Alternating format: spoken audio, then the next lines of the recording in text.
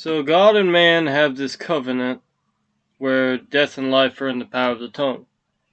And we choose between blessing and cursing, and when we speak death, we are choosing cursing, and when we speak life, we are choosing life. We are choosing blessing. And when we are choosing blessing, we're agreeing with God.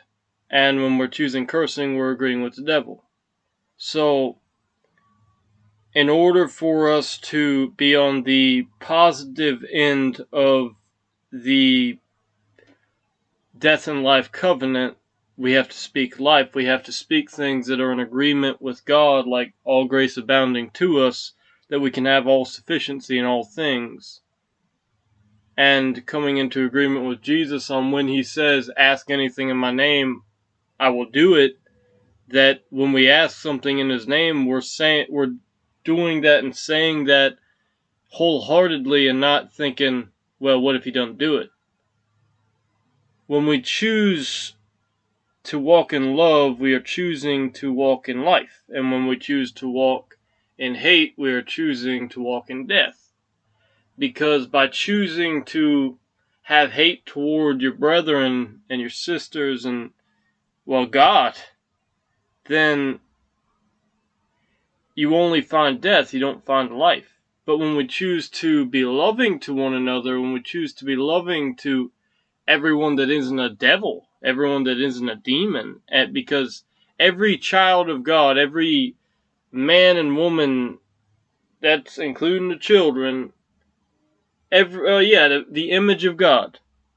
We are made in the image of God.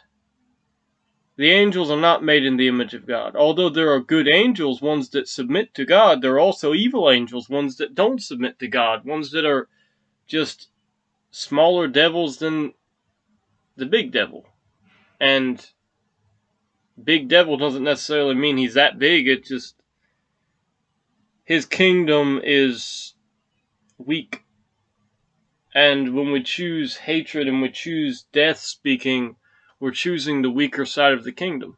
But when we choose life, we're choosing abundance and we're choosing to be loving. That is the top tier end of the kingdom.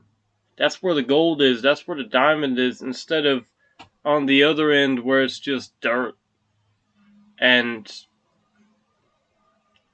ashes. Instead of choosing to be on the negative end of the covenant, we should be on the positive end of it, because the covenant between God and man is that we choose life or we don't. We have free will. The covenant is we have the free will to choose. Am I going to speak what is in agreement with God, or am I going to speak what is in agreement with the devil? And in choosing that, we decide whether or not we prosper or we don't.